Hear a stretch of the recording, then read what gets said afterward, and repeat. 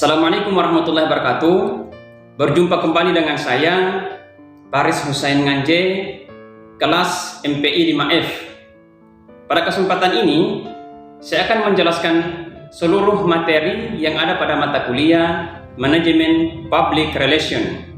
Mata kuliah ini diampu oleh Ibu Putriana El Maliki, SPD, MPD. Materi pertama adalah konsep dasar public relation dan konsep dasar manajemen public relation. Materi ini akan saya bagi menjadi dua, yakni yang pertama konsep dasar public relation. Adapun yang dibahas dalam konsep dasar ini adalah yang pertama tentang pengertian public relation. Public relation adalah proses interaksi di mana public relation menciptakan opini publik sebagai input yang menguntungkan kedua belah pihak dan menanamkan pengertian, menumbuhkan motivasi dan partisipasi publik, bertujuan menanamkan keinginan baik, kepercayaan saling adanya pengertian dan citra yang baik dari publiknya. Selain itu, crystallizing public opinion menyebutkan bahwa public relation adalah profesi yang mengurusi hubungan antara suatu perusahaan dan dengan publiknya yang menentukan hidup dari perusahaan itu sendiri. Kemudian yang kedua adalah tujuan public relation. Secara keseluruhan, tujuan public relation ialah menciptakan citra baik perusahaan sehingga dapat menghasilkan kesetiaan publik terhadap produk yang ditawarkan oleh perusahaan tersebut, serta menciptakan, membina dan memelihara sikap budi yang menyenangkan bagi lembaga dengan komunikasi yang harmonis. Bagian kedua adalah konsep manajemen public relation atau yang dikenal dengan istilah manajemen humas atau hubungan masyarakat.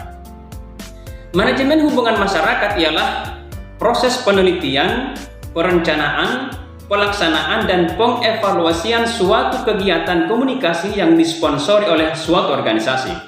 Humas juga merupakan segala sesuatu yang terdiri dari semua bentuk komunikasi yang berencana, baik ke dalam maupun keluar untuk mencapai tujuan khusus, yaitu pengertian secara bersama.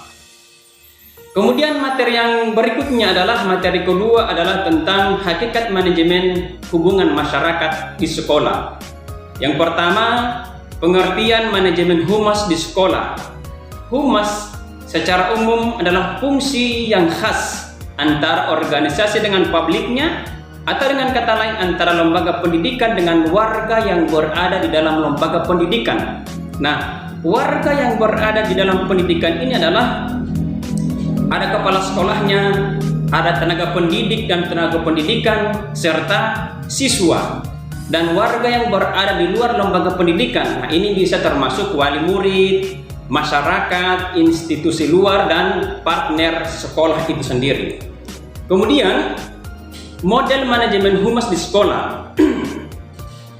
Model manajemen hubungan sekolah dengan masyarakat merupakan seluruh proses kegiatan yang direncanakan dan diusahakan secara sengaja dan bersungguh-sungguh, disertai pembinaan secara kontinu untuk mendapatkan simpati dari masyarakat pada umumnya, dan khususnya masyarakat yang berkepentingan langsung dengan sekolah tersebut.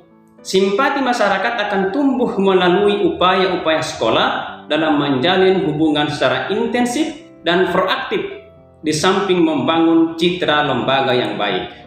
Kemudian bagaimana strategi humas di sekolah itu? Nah, strategi humas di sekolah itu adalah suatu cara alternatif yang optimal yang dipilih untuk melaksanakan atau ditempuh guna mencapai tujuan humas dalam kerangka suatu rencana humas. Kemudian media humas di sekolah. Nah, media yang digunakan atau yang dapat dipakai dalam mengadakan kontak hubungan antara lembaga pendidikan dengan masyarakat yaitu media internal humas. Nah, misalnya sebuah lembaga pendidikan menciptakan website, ya itu nantinya bisa menjadi alat promosi sekolah tersebut supaya masyarakat tahu, oh ternyata ini yang merupakan keunggulan ataupun yang ada di dalam lembaga pendidikan itu. Nah, kemudian juga ada media eksternal humas di lembaga pendidikan. Artinya, lembaga eksternal humas itu yang berada di luar pendidikan, mungkin adalah agen yang bisa yang bisa berperan dalam mensosialisasikan semua program-program atau kegiatan-kegiatan yang biasanya dilakukan di sebuah lembaga pendidikan. Selanjutnya, materi ketiga adalah konsep komunikasi hubungan masyarakat. Nah, di sini akan dibahas tentang konsep dasar komunikasi. Nah, komunikasi itu merupakan suatu proses di mana dua orang atau lebih membentuk atau melakukan pertukaran informasi terhadap satu sama lain yang pada gilirannya akan tiba saling pengertian. Selain itu, komunikasi adalah proses menyortir, memilih dan pengiriman simbol-simbol sedemikian rupa agar membantu pendengar membangkitkan respon ataupun makna dari pemikiran serupa yang dimaksudkan oleh komunikator. Kemudian yang kedua yang berikut adalah fungsi dari komunikasi. Yang pertama, komunikasi itu berfungsi untuk menyampaikan informasi. Yang kedua, komunikasi sebagai penyampai pendapat agar dapat diterima oleh masyarakat luas atau orang lain yang berkaitan dengan informasi yang nantinya akan kita sampaikan. Kemudian yang ketiga, sebagai bentuk interaksi dengan orang lain. Selanjutnya, yang keempat, komunikasi itu berfungsi untuk menambah wawasan dan ilmu pengetahuan akan suatu hal. Jadi, melalui komunikasi, nantinya akan terjadi transfer ilmu antara pihak yang satu dengan pihak yang lainnya. Kemudian, yang kelima, komunikasi itu berfungsi sebagai pengisi waktu luang, misalnya dengan berbicara lewat telepon, chatting lewat messenger ataupun lewat WA, ataupun melakukan video call, baik itu melalui Zoom meeting, Google Meet, ataupun bisa juga lewat messenger atau WhatsApp. Kemudian yang keenam, komunikasi itu berfungsi sebagai cara untuk membujuk dan mempengaruhi orang lain. Biasanya komunikasi semacam ini banyak mengandung unsur-unsur persuasif atau unsur-unsur pendekatan. Yang ketujuh, komunikasi itu berfungsi untuk dapat mengenali diri sendiri. Selanjutnya yang kedelapan, komunikasi itu berfungsi untuk mengurangi ketegangan atau mencairkan suasana. Misalnya, ketika ada pertikaian atau perselisihan pendapat dalam rapat tertentu, maka komunikasi ini harus tetap dijalankan supaya ada suasana dalam rapat tersebut bisa cair, tidak beku ataupun tidak panas. Selanjutnya yang kesembilan, komunikasi itu berfungsi sebagai hiburan. Nah, misalnya ketika kita sedang jenuh, kemudian kita menghubungi teman jauh atau sekedar untuk mengobrol santai saja. Nah, ini untuk sebagai hiburannya. Kemudian yang terakhir, komunikasi itu berfungsi untuk selalu menjalin hubungan yang baik dengan orang lain. Selanjutnya, apa saja itu yang menjadi unsur-unsur dalam komunikasi? Nah, komunikasi itu memiliki unsur-unsur sebagai berikut. Yang pertama, sender. Nah, sender ini adalah komunikator yang menyampaikan pesan kepada seseorang atau kepada sejumlah orang. Yang kedua, encoding adalah proses penyandian atau kode pengkodean. Ini proses pengalihan pikiran ke dalam bentuk-bentuk lambang atau sandi atau simbol. Kemudian yang ketiga, unsur yang ketiga adalah message atau pesan yang merupakan seperangkat lambang bermakna yang disampaikan oleh komunikator. Yang keempat, channel ataupun media adalah saluran komunikasi tempat berlalunya pesan dari komunikator terhadap komunikan. Komunikan itu penerima sedangkan komunikator itu orang yang mengirim pesan. Yang kelima, decoding. Kalau tadi encoding, sekarang yang kelima, decoding adalah proses di mana penerima pesan menetapkan makna pada lambang yang disampaikan oleh komunikator kepadanya. Yang berikut, receiver adalah komunikan yang menerima pesan dari komunikator. Ini orang yang menerima pesan ini. Yang ketujuh, response atau tanggapan. Ini seperangkat reaksi pada komunikan setelah diterpa ataupun setelah dia menerima pesan. Respon ini merupakan tanggapan si penerima pesan. Yang kedelapan, feedback adalah umpan balik, yakni tanggapan komunikan, tanggapan penerima pesan apabila tersampaikan atau disampaikan kepada komunikator. Kemudian yang kesembilan, noise adalah gangguan tak terencana yang terjadi dalam proses komunikasi sebagai akibat diterimanya pesan lain oleh komunikan yang berbeda dengan pesan yang disampaikan oleh komunikator kepadanya. Ini adalah miskomunikasi, ini mungkin bisa terjadi. Misalnya si A menyampaikan kepada si B tentang informasi ini. Ternyata si C menyampaikan hal yang sama juga kepada si B, informasi tentang sesuatu hal yang sama tapi isinya beda. Nah, ini yang disebut dengan noise, gangguan tak terencana yang terjadi dalam proses komunikasi sebagai akibat diterimanya pesan lain oleh komunikan, oleh penerima pesan yang berbeda dengan pesan yang disampaikan oleh komunikator kepadanya. Akhirnya terjadi miskomunikasi. Kemudian selanjutnya adalah model komunikasi. Nah, di sini ada beberapa model komunikasi yang bisa saya jelaskan. Yang pertama adalah model komunikasi linier. Model komunikasi ini sangat sederhana dan menggambarkan komunikasi berlangsung secara satu arah. Arus pesan digambarkan bersifat langsung dari pengirim pesan kepada penerima pesan. Dalam model komunikasi ini tidak terdapat konsep umpan balik dan penerima pesan bersifat pasif dalam menerima pesan. Nah, ini mungkin sistem militer ya. Contohnya misalnya komandan menyampaikan pesan kepada anak buahnya, anak buah tidak boleh memberikan umpan balik. Misalnya kalau dia suruh ke sana, tidak boleh baku-baku bantah dengan komandan. Ini yang namanya model komunikasi linear, satu arah saja, pimpinan kepada bawahan, satu arah. Yang selanjutnya, model komunikasi yang kedua adalah komunikasi transaksional. Nah, komunikasi ini menekankan pada pentingnya peran pengirim pesan dan penerima pesan dalam proses komunikasi yang berlangsung dua arah. Model komunikasi transaksional ini mengaitkan komunikasi dengan konteks sosial, dengan konteks hubungan dan konteks budaya. Dalam model ini digambarkan bahwa kita berkomunikasi tidak hanya sebagai ajak untuk pertukaran pesan, melainkan untuk membangun suatu hubungan yang baik antar sesama. Model yang ketiga adalah model komunikasi interaksi. Nah, model komunikasi ini adalah model komunikasi yang menggambarkan komunikasi berlangsung dua arah. Umumnya model komunikasi interaksi ini digunakan dalam media baru seperti internet atau media komunikasi modern. Selanjutnya, teori komunikasi yang dibutuhkan dalam public relation ataupun dalam manajemen hubungan masyarakat. Yang pertama, teori presentasi diri.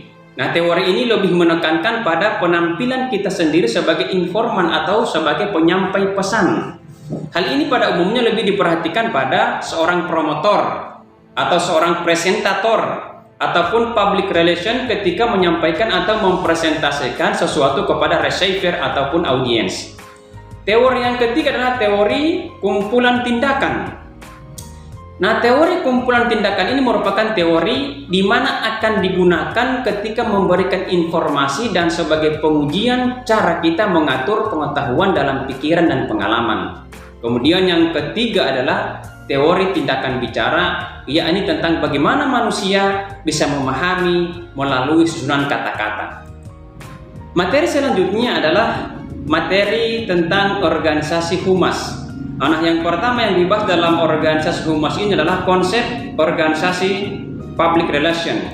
Nah, di sini disebutkan bahwa definisi umum public relation itu adalah suatu fungsi manajemen yang menggeluti penilaian pada sikap publik yang dalam hal ini masyarakat, pengidentifikasian kebijaksanaan dan cara di mana seseorang ataupun kelompok melakukan demi kepentingan masyarakat, serta membuat rencana dan melaksanakan program kerja untuk menarik perhatian, pengenalan, pengetahuan, partisipasi, serta support dari masyarakat luas.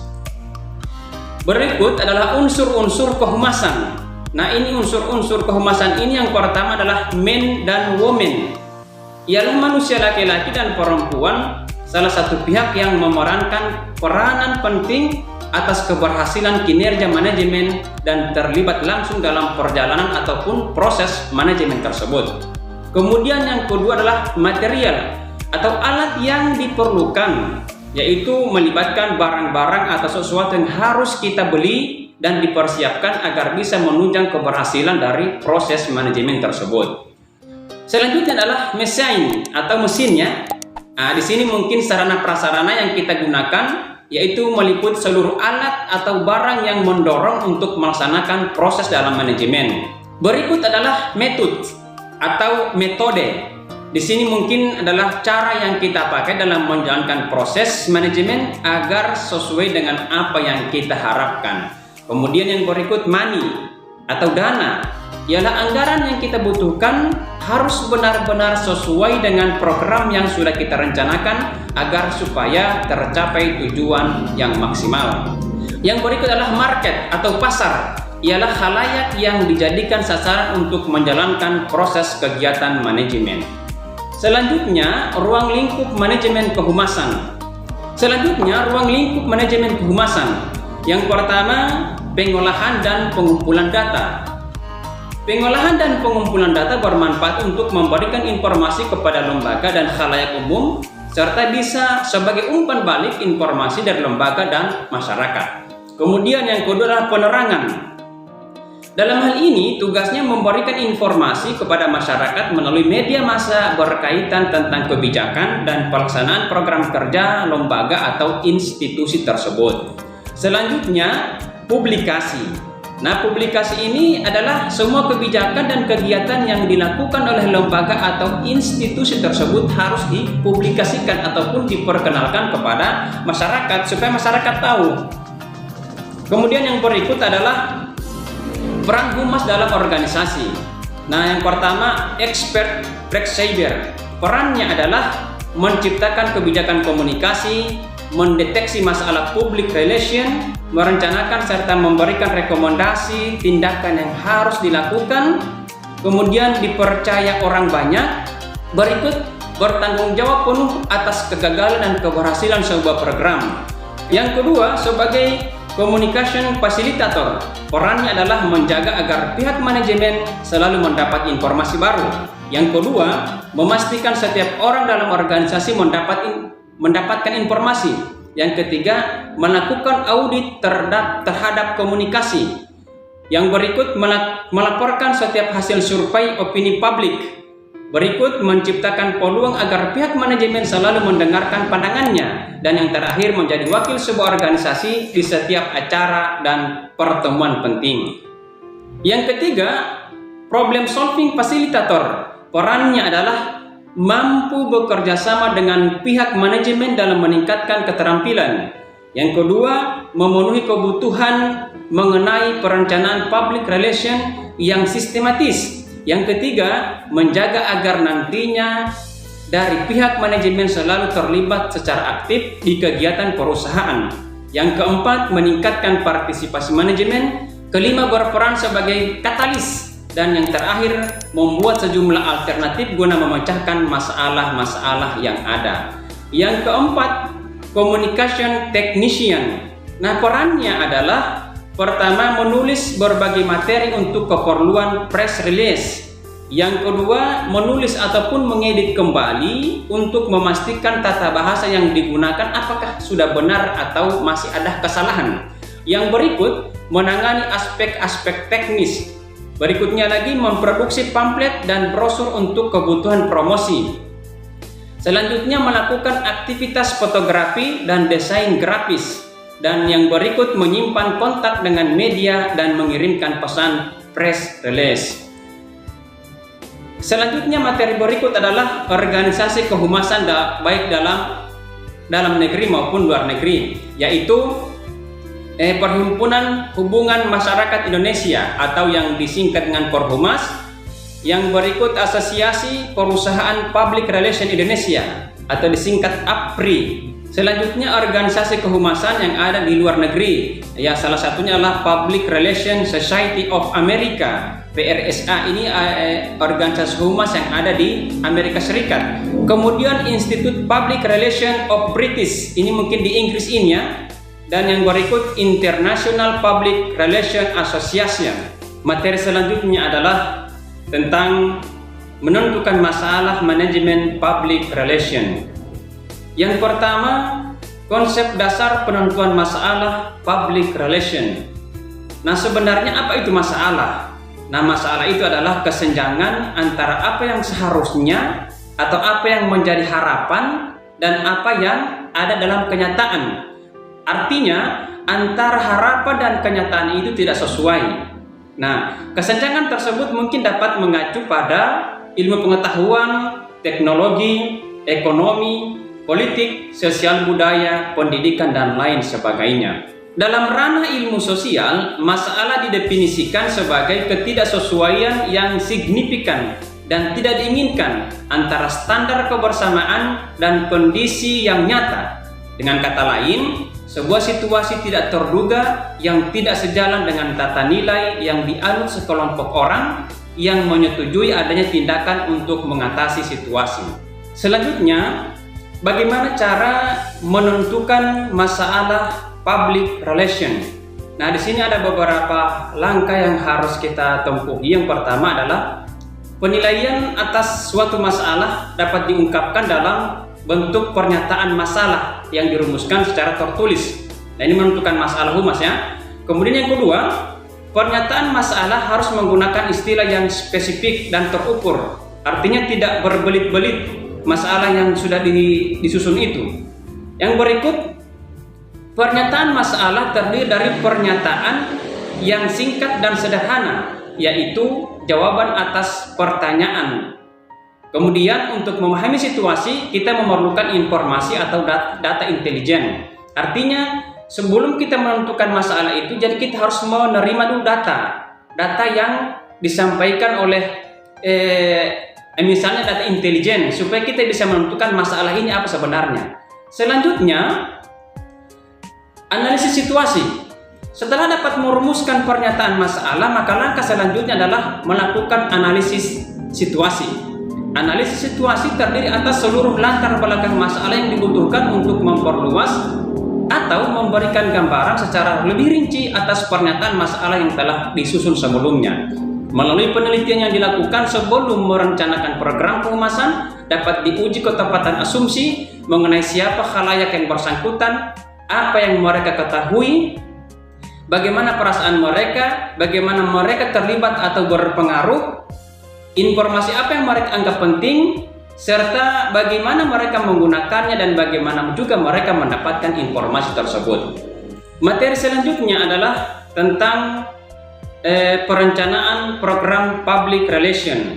Nah, di sini bisa dijelaskan bahwa seorang praktisi public relation harus memiliki perencanaan yang matang dalam membuat suatu program kerja dan harus secara efisien menjalankan program tersebut. Perencanaan dan pemrograman dijadikan sebagai kompas kinerja yang akan menjadi patokan dan skala dalam menjalankan fungsi manajemen.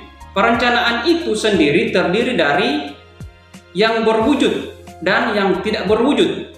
Seorang praktisi public relation harus memikirkan langkah apa yang akan diambil dalam mewujudkan suatu sistem yang baik dan terencana agar tidak salah arah dalam proses kinerjanya.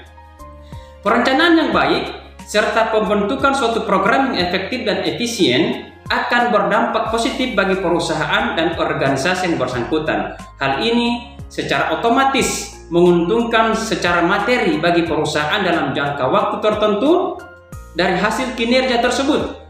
Membuat program juga harus direncanakan secara matang agar program yang akan dipilih dan dijalankan akan efektif dan akan menghasilkan hasil yang maksimal. Dapat disimpulkan bahwa dalam menjalankan fungsi manajemen, seorang public relation harus memikirkan tentang langkah apa yang akan diambil dan kemana nasib perusahaan akan dibawanya. Kemudian, membuat suatu kegiatan perencanaan yang baik dengan disertakan program-program dan media yang akan dipilih agar secara efektif meningkatkan minat positif bagi khalayak. Perencanaan itu sendiri terdiri atas mengumpulkan opini publik, menyiapkan anggaran, memilih media yang efektif dan efisien, dan kemudian menjalankan program-program yang sudah dibentuk. Materi selanjutnya adalah tentang implementasi program public relation. Konsep dasar implementasi pelaksanaan program humas. Nah, di sini dapat dijelaskan bahwa proses perencanaan program kerja humas harus melalui proses 4 tahapan atau langkah-langkah pokok yang menjadi landasan utama atau yang menjadi acuan untuk pelaksanaan program kerja kehumasan, yakni sebagai berikut. Yang pertama, penelitian dan mendengarkan. Pada tahap ini akan ditetapkan suatu fakta dan informasi yang berkaitan langsung dengan kepentingan organisasi.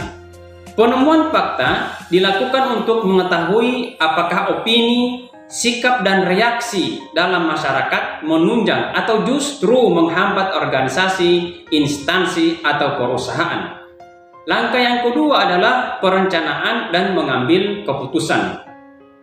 Perencanaan merupakan tahap yang cukup penting karena menghubungkan kegiatan komunikasi dengan kepentingan organisasi ataupun perusahaan. Dalam tahap ini, yang merupakan kelanjutan dari tahap penemuan fakta atas dasar hasil penelitian, seorang petugas humas merencanakan bagaimana sebaiknya dengan memperhatikan faktor-faktor psikologis, sosiologis, keadaan sosial, ekonomi politik. Pesan dari komunikator dirumuskan agar dapat mencapai tujuannya.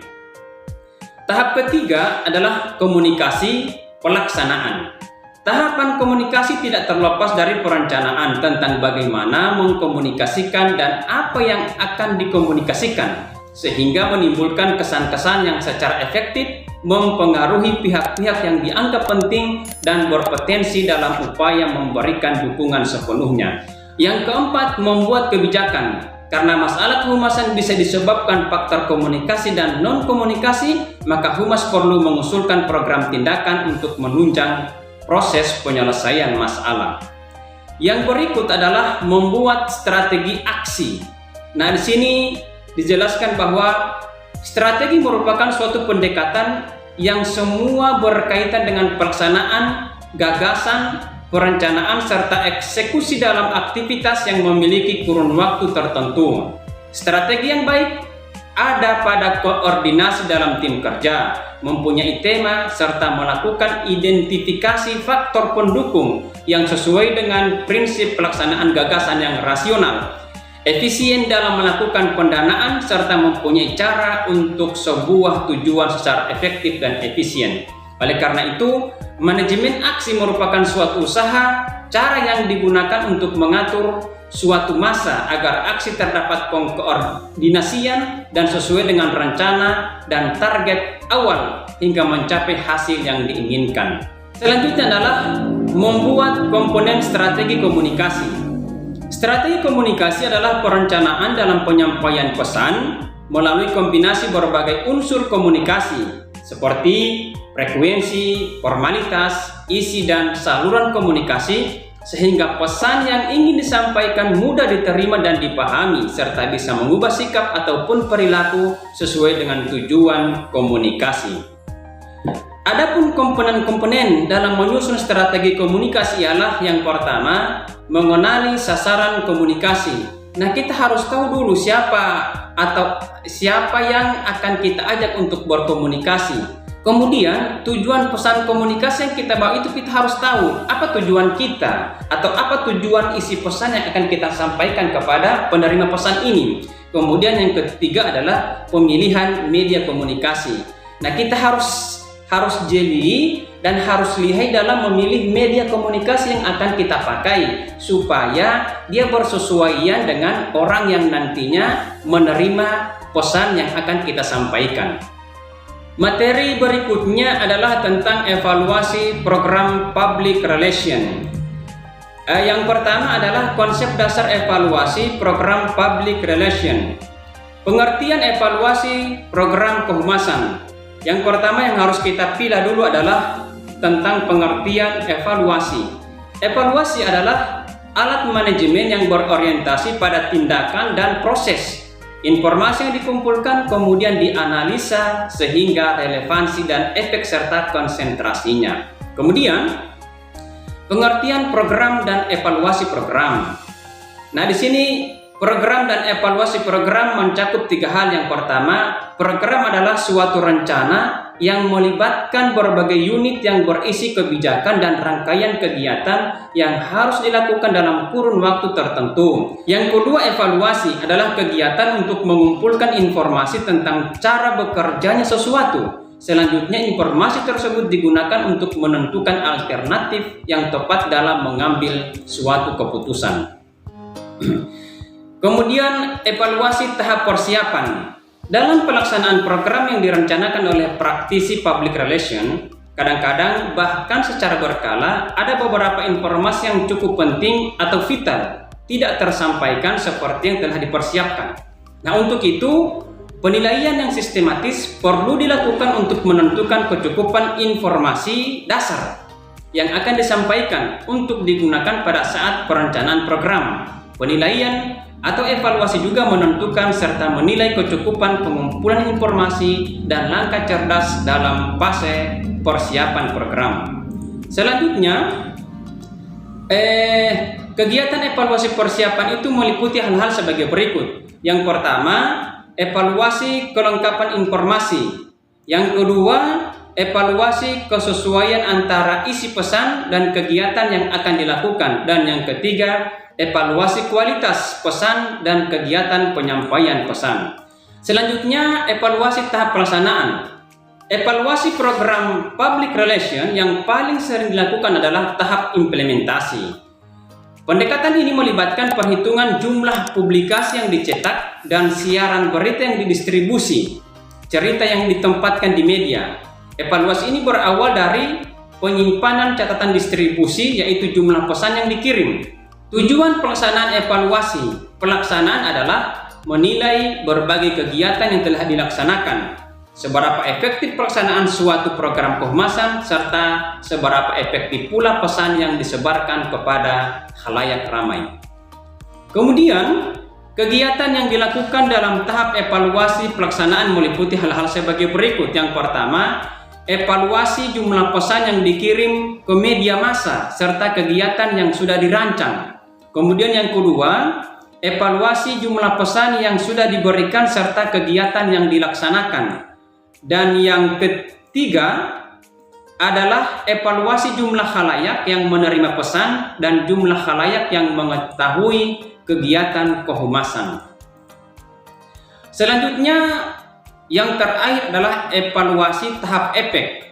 Pada tahap ini, pengukuran efek mencatat seberapa jauh hasil yang telah dicapai untuk tiap-tiap target, untuk khalayak atau untuk keseluruhannya, sebagaimana yang dinyatakan dalam tujuan program.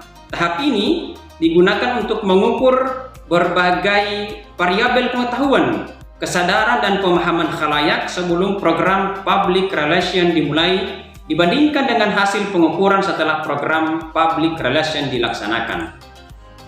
Materi selanjutnya adalah peran humas dalam pelibatan masyarakat untuk meningkatkan mutu sekolah. Nah, di sini yang pertama yang bisa saya jelaskan adalah konsep mutu dalam pendidikan. Secara umum, mutu dapat diartikan sebagai gambaran dan karakteristik menyeluruh dari barang dan jasa yang menunjukkan kemampuannya dalam memuaskan kebutuhan yang diharapkan atau yang tersirat. Dalam konteks pendidikan, pengertian mutu mencakup input, proses, dan output pendidikan. Jadi dapat disimpulkan bahwa mutu pada hakikatnya dapat digunakan kapan saja dan apa saja sesuai dengan objek terkait. Misalnya, jika yang akan dipromosikan atau yang menjadi fokusnya adalah lembaga satuan pendidikan, maka yang harus dilakukan oleh stakeholder melihat kebutuhan pelanggan atau minat peserta didik. Kemudian, definisi dari pendidikan itu sendiri berdasarkan Kamus Besar Bahasa Indonesia adalah proses pengubahan sikap dan tata laku seseorang atau kelompok orang dalam usaha mendewasakan manusia melalui upaya pengajaran dan pelatihan, proses, cara dan perbuatan mendidik. Kemudian yang kedua, hubungan antara mutu dengan humas dalam pendidikan di sekolah. Mutu atau kualitas merupakan suatu kondisi dinamis yang berhubungan dengan produk, jasa, manusia, proses dan lingkungan yang memenuhi ataupun melebihi harapan.